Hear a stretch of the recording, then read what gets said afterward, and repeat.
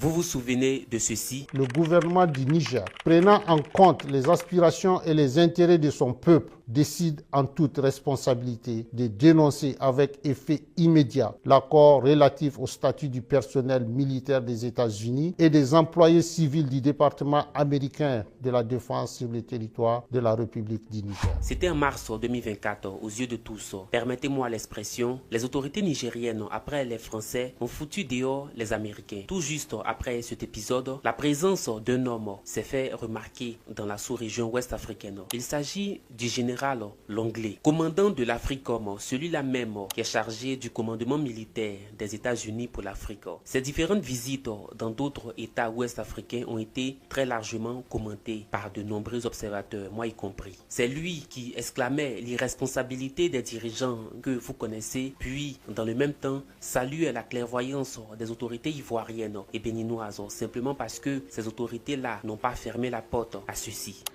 Aider mieux la Côte d'Ivoire à pouvoir résoudre ces questions de sécurité qui règnent dans la sous-région. Et peu après s'installe la séance d'échange entre les deux personnalités autour des questions de sécurité. Security in the region? J'ai eu une conversation très intéressante ce matin avec le général de division Futur Baguedi et nous avons parlé de beaucoup de choses concernant la sécurité. La sécurité dans la sous-région et la sécurité ici au Bénin.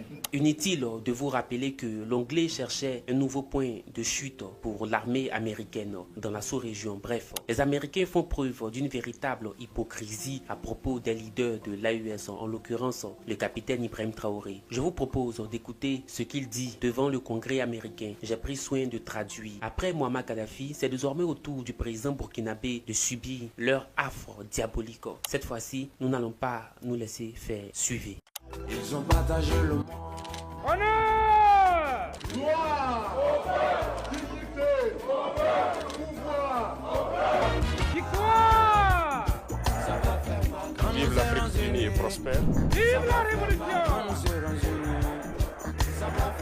Il y a à peine quelques jours, les autorités burkinabées ont réagi à travers un communiqué. Mais avant d'en parler, écoutez l'anglais. I can imagine a situation, though, in which the ruling elite of a country is receiving gratuities on the side that in order to the benefit of the strongman leader, and not to the populace of the country.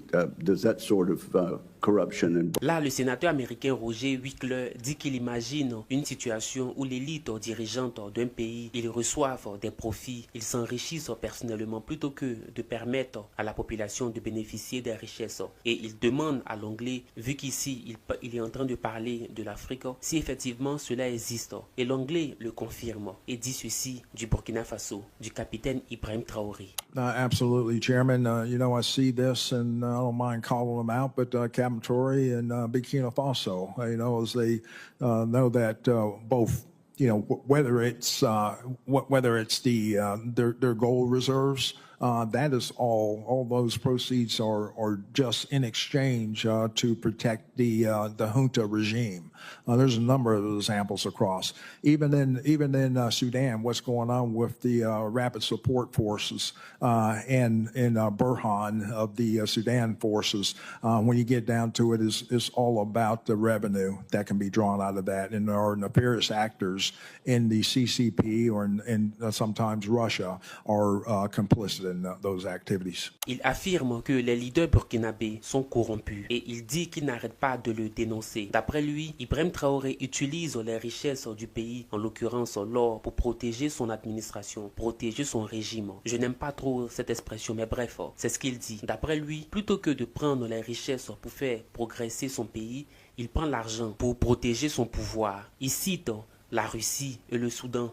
Mais bref, ce n'est pas le sujet. Évidemment que les autorités burkinabées ont rejeté ces accusations du général américain Michael Langlais. en les qualifiant de mensonges et contraires aux efforts de gouvernance engagés par Ouagadougou. Mes chers amis, l'Anglais qualifie le capitaine Ibrahim Traoré de menace pour son peuple. Il semble oublier que ce sont eux qui menacent réellement notre avenir, qui menacent l'avenir de l'Afrique. N'ignorons pas les faits. Le capitaine Ibrahim Traoré a déjà survécu à plusieurs tentatives d'assassinat depuis son arrivée au pouvoir. Les Américains veulent sans doute l'absoudre. Sinon, pourquoi vouloir qu'il néglige sa sécurité? L'histoire nous apprend que lorsqu'un dirigeant africain ose revendiquer sa souveraineté, reconquérir ses ressources naturelles et s'unir aux nations voisines contre l'influence étrangère, il devient une cible. Non pas parce qu'il met en danger son peuple, mais parce qu'il menace leur intérêt. Ils agissent pour semer la zizanie et faire peur. On ne connaît pas la peur, ça jamais. Et on prie Dieu ne jamais connaître la peur. Si on voulait connaître la peur, peut-être que si on avait commencé à s'embourgeoiser, on allait commencer à avoir peur. Mais voilà, ils attendent qu'on ait des comptes chez eux là-bas pour se lever un jour, dire tu fais ça ou bien on ferme. Ils n'auront jamais nos comptes là-bas. On s'en fout d'avoir des comptes là-bas. Voilà, on n'a pas de bien là-bas, on n'aura jamais de bien. Tout ce qu'on fait, c'est pour le Burkina. C'est le Burkina en paix. Nous, on ne veut même pas quitter notre Burkina. On est en paix ici. L'AES, c'est un grand espace. Si on veut aller faire du tourisme, on part à Bamako, à Niamey ou je ne sais, dans d'autres villes. On s'en fout d'aller ailleurs. On est bien dans notre espace ici. La peur, on ne connaît pas la peur. Non, on ne connaît pas la peur. On a décidé de s'engager pour la patrie. On sait tous les risques qu'il y a autour. On a abandonné toute notre vie pour ça. Pourquoi avoir peur? On a abandonné toute notre jeunesse là pour une mission pour la patrie. Donc il n'y a aucune peur. Vous pouvez rester sans crainte. Moi j'aime les gens qui parlent avec les tripes. Et le capitaine Ibrahim Traoré est en mission. Le prétendu crime du capitaine Ibrahim Traoré est d'oser récupérer l'or du Burkina Faso. Non pas pour lui-même, mais pour suivre un plan audacieux. Un plan qui vise à utiliser les richesses du pays pour financer les infrastructures, le développement et l'autosuffisance énergétique. Et même aussi alimentaire, etc.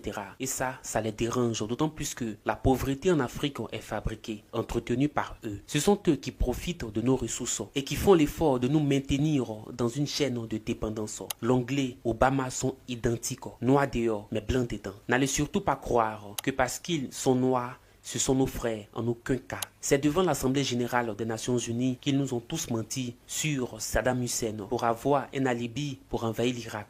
Ils nous ont menti sur Kadhafi en nous faisant croire que c'est un dictateur qui opprime son peuple. Son pays fut laissé en ruine et son rêve d'unité africaine fut enseveli sous les bombes de l'OTAN. Ne l'oubliez pas. Le véritable danger, ce sont eux et leurs mensonges, mes chers amis. Ils font un modèle de la personne pour vous imposer ça dans l'esprit.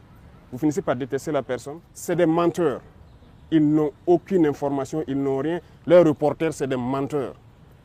Parce que lorsqu'ils veulent s'attaquer à un pays, ils peignent le pays comme ils veulent, ils disent ce qu'ils veulent du pays pour amener tout le monde à détester et pouvoir faire passer ce qu'ils veulent.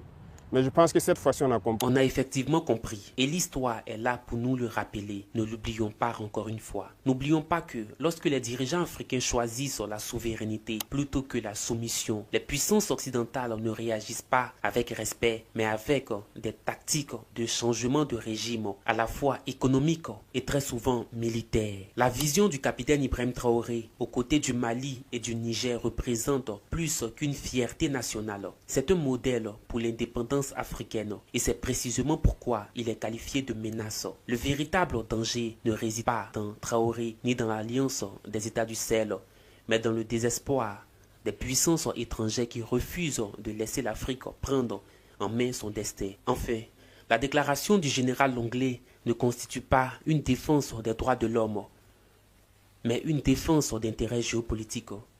Ne l'oubliez surtout pas, encore une fois. Et vous, que pensez-vous de tout ça? C'est un Nanou.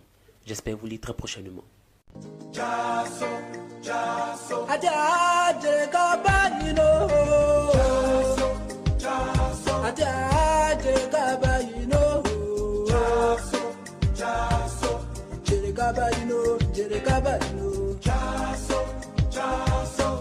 Jereka Baino